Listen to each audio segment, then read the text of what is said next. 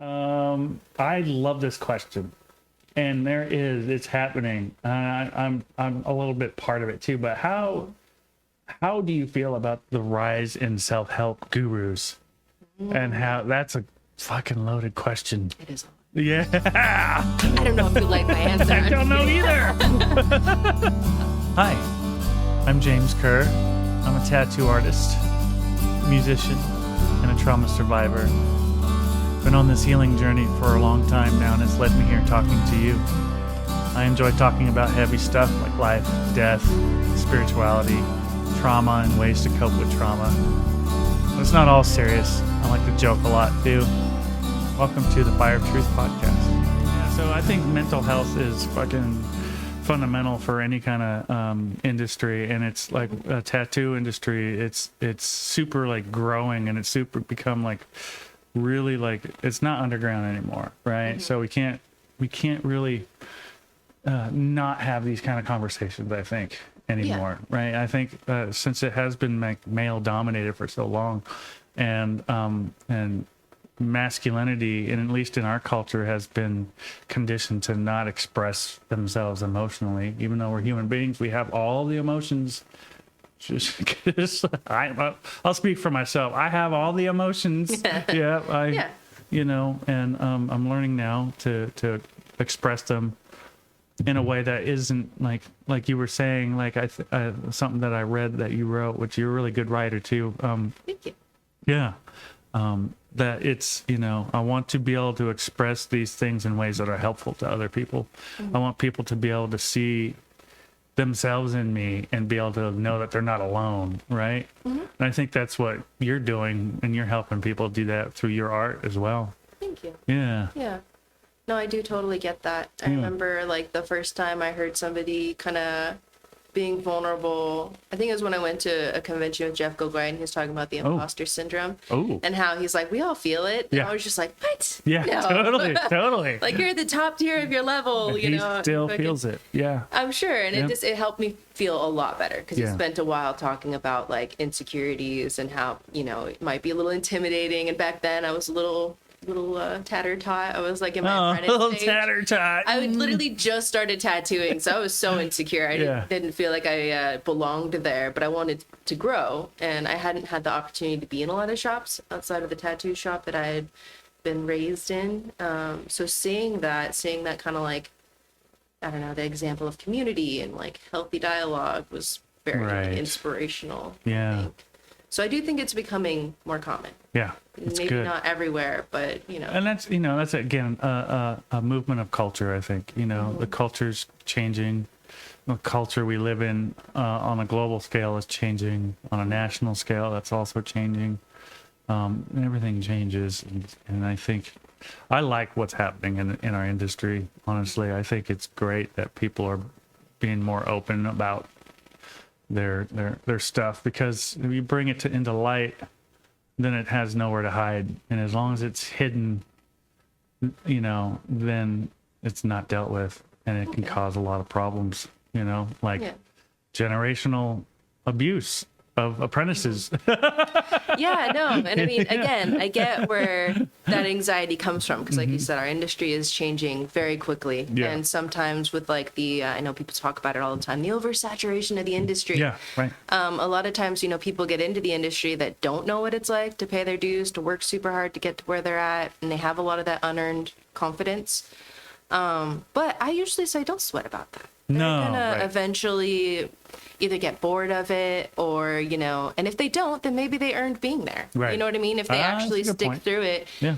But I think a lot of times we sweat so hard about trying to filter these people out. And I'm like, dude, eventually your work is going to speak for itself. And if their work just stays dog shit, maybe there's an amount of people who are into that. Yeah. But who cares? Yeah. Like it's fine. It's going to eventually, I think they're going to get filtered out eventually, Just naturally, yeah. I've heard other people talk like that too, and I agree with that. It is one of those things, and I think the general population tattoo clients are a lot more aware of what a good tattoo is and what tattoo safety is all about too, you know. Yeah, And so it's growing. Yeah. And sometimes you'll see somebody who maybe isn't the most amazing tattoo artist, but they have really good ways of making people feel welcome and Yeah, safe. And I yeah. notice some tattoo artists are like so jealous and angry. They're like, they shouldn't be tattooing. And it's like, well, maybe you can learn like from the fact that they do make their clients feel safe Yeah. and welcome. And even if their quality isn't top tier, maybe they're doing something right. Right.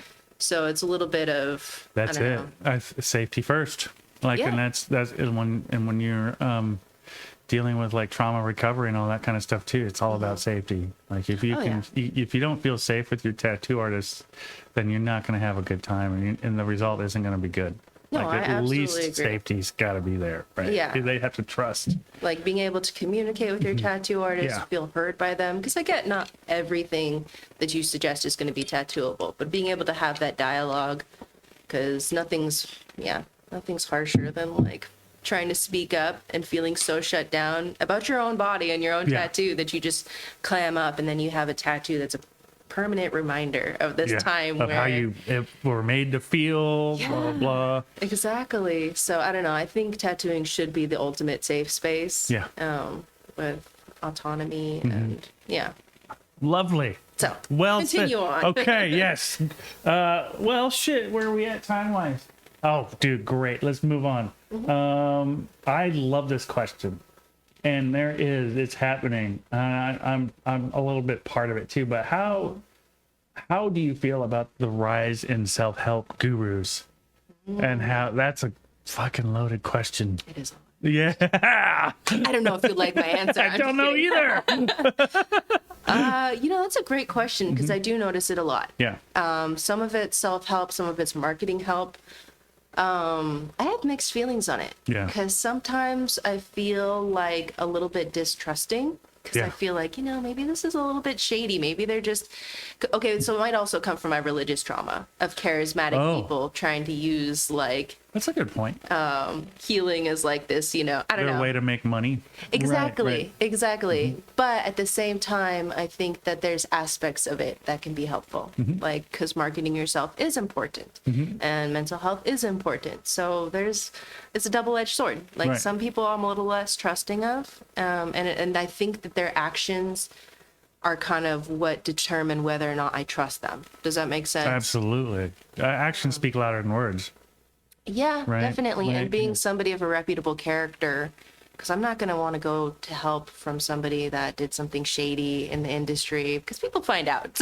I know it's a big God. industry, but people talk and people hear things, and I'm like, yeah, I wouldn't want to go to that person for advice if I heard that they've been doing slimy things in the background I outside. went through that so hard with, I'm not going to name any names, but man, I went through a program, and I'm sure any tattoo artist that knows about this will know what I'm talking about. But, and there were so many things that got put on blast about this dude. Yeah. And it was so difficult. I had to because I was in the middle of the program and I had invested a lot of money in it. Yeah. Right. And so I had to learn to compartmentalize, separate the message from the messenger.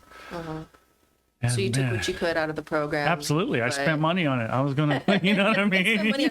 Well, also, you don't always know these character things going Beforehand. into the class. Right. No. Sometimes you find it out after the fact. Sometimes, yeah, I could see how that would really suck. Yeah. It was hard. Yeah. And it activated my religious trauma too. It's like, yep. Yeah, like you can't trust these people. They're No. just, Yeah. I don't know. And I definitely am a little bit hesitant to trust because I don't think not everybody that comes onto the scene has your best intentions in mind. But I do think, like you said, sometimes you can kind of separate the message from the messenger and still take helpful things from it. Yeah. But yeah, But you shouldn't have to. no, this If is someone's true. going to talk a talk, they should walk that walk. Yeah, they should their have actions. integrity. I Yep. agree. Yep. But no, I always I know, and again, I'm also not going to name names, but I also Yeah. had that issue with that one person that stole some art and posted it as their own, and totally got blasted in the industry, but then went on to just be like a marketing self-help person, still tattoos, but mostly is a marketer, and I just kind of feel like, you know, some people may be willing to forgive you for that, but personally I find that like the ultimate affront to tattooing. Is I mean, because I get it, sometimes you'll be asked to do a design that's similar and there's only so many, you know, Pinterest butterflies. That wasn't even what happened. But that wasn't. They stole the exact picture and just put their watermark on it. And that's ultimately like, that's really shady. So I don't think I would ever trust somebody like that. But again, it's hard because it's a mixed bag. There's people like that, and there's people who authentically want to help people. And I think it's hard when we're like, I want to trust you, but you know. But I guess it's that way in any industry.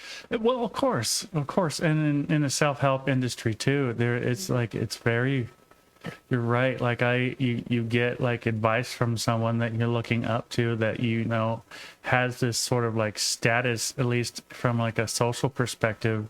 They're supposed to have this status, you know, like like, you know, I had this talk about preachers with someone years ago, and his comment was like, why do we hold preachers to a higher standard than humanity? You know, it's like they're human beings just like the rest of us, and it's just like the same thing. We can even talk in the political spectrum why maybe we don't anymore hold our president up to a high standard, right? Well, like that. I wouldn't say so. That's a pretty damn low standard. It's like it's a human being. Yeah. So you know what I'm saying? Though it's like there. However, it's when you are a leader, you should be able to lead by example.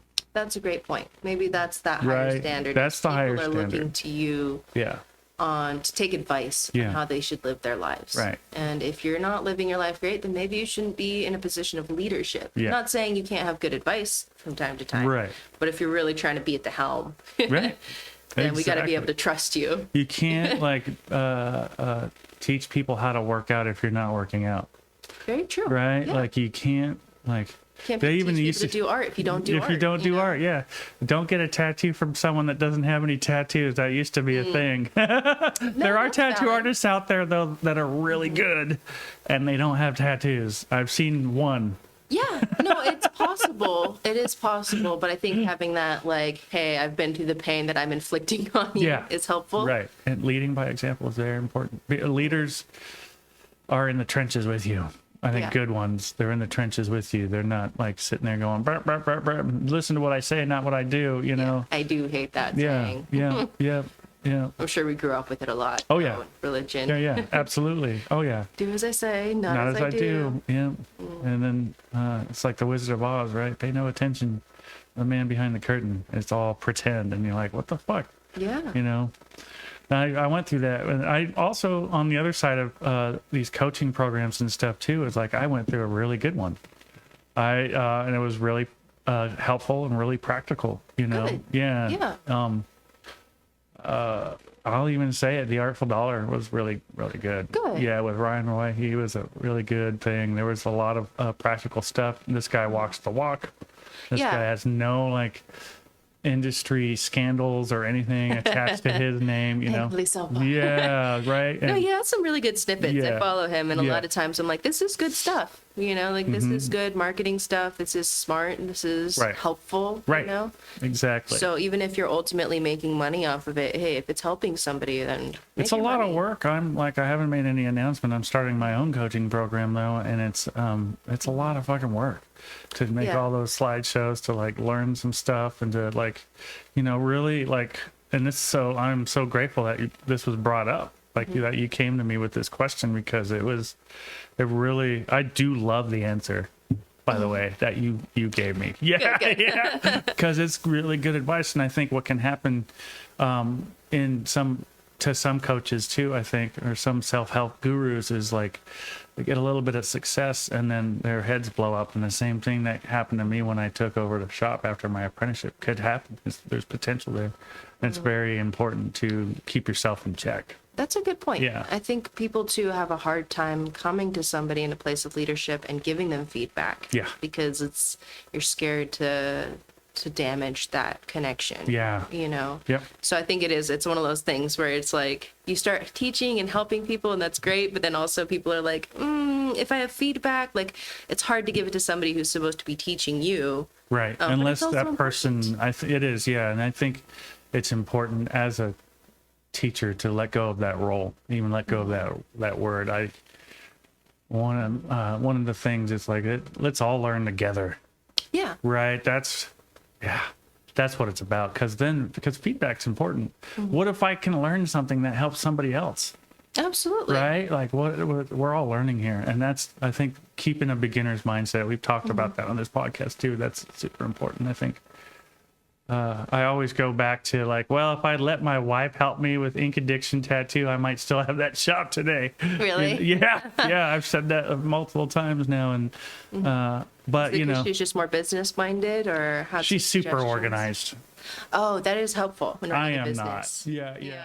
Hi, this is James. Thank you so much for watching and listening to this podcast. If you're watching on YouTube right now, do me a huge favor and give it a like and subscribe to the channel. If you're listening to whatever platform you listen to podcasts on, you could rate it, you could review it, you could share it with a friend as well. That would help me out a lot. Either way, thank you very much. Oh yeah, and I have no clue about business. Yeah. I have a lot better clue now, but I've also now 20 years in the industry, so like, of course, I've had a business. I mean, I kept it going for 7 years, but man, I could have learned a lot if I was open to it. So you're absolutely right. The feedback's important. I think it's a conversation. It should be a conversation, not like because we have these roles, and then we get like, well, if we see another person playing this role, then we kind of like assume the opposite of that role. Like there's a student teacher thing.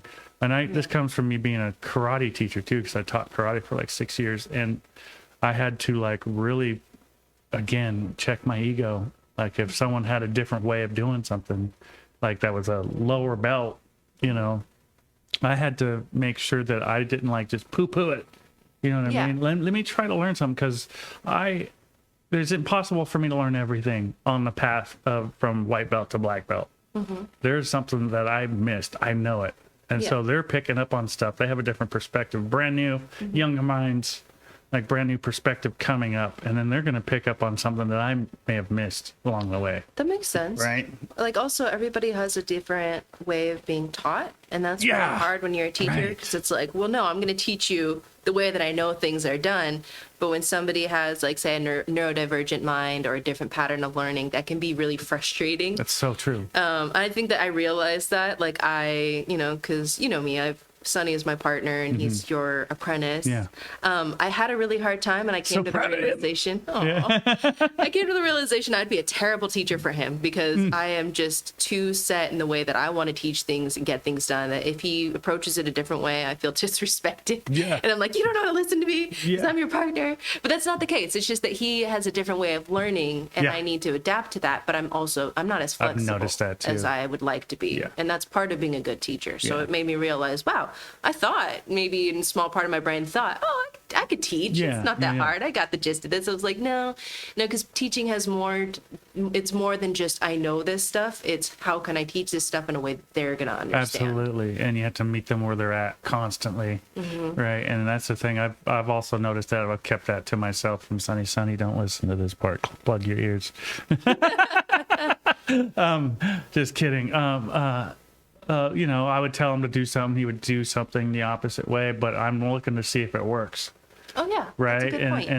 And if it doesn't, I'll tell him why I don't think that works. And and it's about totally patient repetition too. It's also, like reminding him, because I know his learning style is different, and it takes more repetition. He's more of a visual learner too. So telling him, instead of explaining to him like, it looks like your art is more like neo-traditional / new school style. It's kind of heading in that direction. So he's like, oh, okay, cool. Yeah. But it goes whoop, right? But when I showed him, like, here's some new school examples, he's like, you can see the light bulb going, like, oh, yeah, that does look kind of like where I'm going. Yeah, Yeah. So it's... No, totally. Or like, I love to take notes. He told me recently, he's like, I never take notes. I have to learn by repetition. I'm like, that would drive me nuts. I need notes. Yeah. Notes for me are like helpful, and they help me process things, but it does nothing for him. So it's just one of those things where being a flexible teacher, I'm like, kudos to you. I remember trying. Yeah. Or at least doing your best. Yeah, I remember my grandmother, God bless her, like literally tried to teach me piano, and she played piano at church, and she's really good, and I wanted to learn. I was in third grade or something. I think I was really young, and she tried to teach me something. And my first lesson with her lasted 10 minutes before she's like, "I can't teach you." You know, as a little kid, I took it as like I'm the problem, you know. But no, she's just not a teacher. And like, at least not for me. And she figured that out pretty quickly. Like 10 minutes. I think she wanted to pull my hair. Yeah. And it might have. Like, That's so funny. yeah. So yeah, that's a whole nother skill set. Just learning how to teach. Yeah. And I think part of the our conditioning as a society about teachers comes from the way we go to school, the way we're brought up in school. Like there's a teacher there, everyone else shut the fuck up. You know, right? And so we're taught as little kids to not contribute, to not have feedback. And if we have feedback, and in religion too, if we have questions. Okay. I can relate to that more because I was actually homeschooled up to high school, and I actually taught myself most of my curriculum stuff up to. So you know your learning process. Then you had to learn how to learn real quick. Yeah, but the religious part, I do get that. You Right. don't speak up, you don't question these things, and that was always really hard for me. It's dangerous, right? You'll get excommunicated. Yeah. Right. And that as on a genetic level, on a nervous system level, that's dangerous. You get kicked out of your tribe to wander in the woods by yourself. That could kill you. Yeah. Yeah. Super depressing. Yeah. So it was hard. That's a great episode. No. Let's end on a low note. I really like that topic because I think there's a lot of people in the tattoo industry too, and I see this dogma in the tattoo industry as well of on the other side of the self-help thing, of like, you know, you can only tattoo. If you do anything else, then you're not respecting the craft, and you shouldn't even do it at all. There's this all or nothing kind of deal in tattooing that I see. Some of the coaches, like for example, Ryan, one of my coaches, he deals with some trolls, you know, with his coaching program, and there's people that come on and like give him shit. I think I've seen some of those comments, like, why don't you tattoo if you're so great? You know, why are you doing this? Right. And he's like, well, I want to help people become good at what they're passionate about. And that's a separate passion all in its own. Yeah. But I do think he has a passion for it. And Absolutely. I do think he's doing a damn good job of it so far, from what I've seen, you know. I think I agree with that too. And I can see, especially in like the way the economic situation is handling or is going. I see there's a lot of people in our shop in and of itself that are tattooing part-time, and then they have a different part-time job. Right. So even that's happening now too. And I'm also guilty of having thoughts of like, why don't you just commit to tattooing 100%?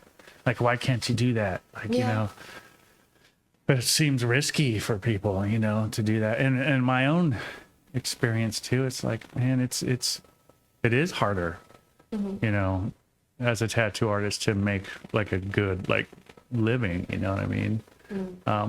It's been harder for me. And also, I mean, this is all post-pandemic. Pre-pandemic, I was booked out for months. Post-pandemic, it's like I'm booked out a few weeks, you know, and that's not a very secure feeling place. So I can understand why people are looking elsewhere. I think that's interesting because I think my career, at least when I fully got into tattooing, was post-pandemic. So for me, doing more than 1 or 2 tattoos a week, I was like, fucking making it, guys. I'm fucking doing it. Absolutely. I'm able to pay my bills with tattooing, and that's crazy. Yeah. And I did have a part-time job when I started out, which I ended up getting fired from. And at the time, I was really sad about it. But ultimately, I'm grateful. For the best. Yeah, that I get to tattoo full-time now. Yeah. So it is interesting. Like, I guess I never had that luxury of luxury, but never was in that position of being booked months and months out. It is a luxury. It was pretty cool. Yeah, that must be crazy. I mean, but to get to that point is definitely where I aspire to be. At the same time that, I think.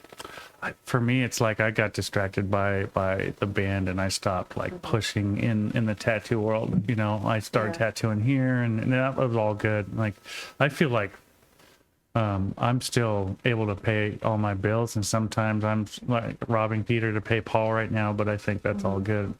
Got into debt and all that kind of stuff, and I'm able to like, every month somehow I get all the bills paid. Nice. You know, all my bills. Yeah. My wife is handling a lot of most of the financial stuff about this place too. So Oh, that's good. It's good to have double support. yeah, I get that. I know Ted's always telling me that, like, oh, must be nice. It's only starting to tattoo. And I'm like, you know, it is great to have the security of more than one income starting to come in. I know it's going to be slow at first. I'm not in any way worried about that. Yeah. But yeah. So ebbs and flows in the industry. it really does, and we'll see some growth here soon. This industry in and of itself is like typically the an industry per year grows about 3%, but the tattoo industry has been growing like 9% a year. Yeah. That's a lot. That's three Well, times yeah. the amount of a normal industry. That's why people are like it's oversaturated because it is. Yeah, no, I get that. And I know we've also discussed the idea that it's sometimes harder to get like people able to afford bigger pieces just because it is a tough economy. Yeah. But that's okay. There's always going to be people that are like, I'm going to scrap together for that little tiny 1 hour tattoo. And I'm like, fuck yes. That is just as important to me as, you know, a whole sleeve. Yeah. A sleeve can be made of 1 hour tattoos over and over again, True. right? Very Right. true. Yeah. Yeah. So get your sleeves. Come on. Get your little tiny tattoos. They're awesome. They're fun. Oh, that's great, dude. What else? What else you got? Do you have any questions? Not off the top of my head. Yeah. Yeah. Okay. Well, I think that's good, man. I think we fucking killed an hour. Sweet. Yeah. Thank you so much for being here. Absolutely. Yeah. It's been a good conversation. I enjoyed it very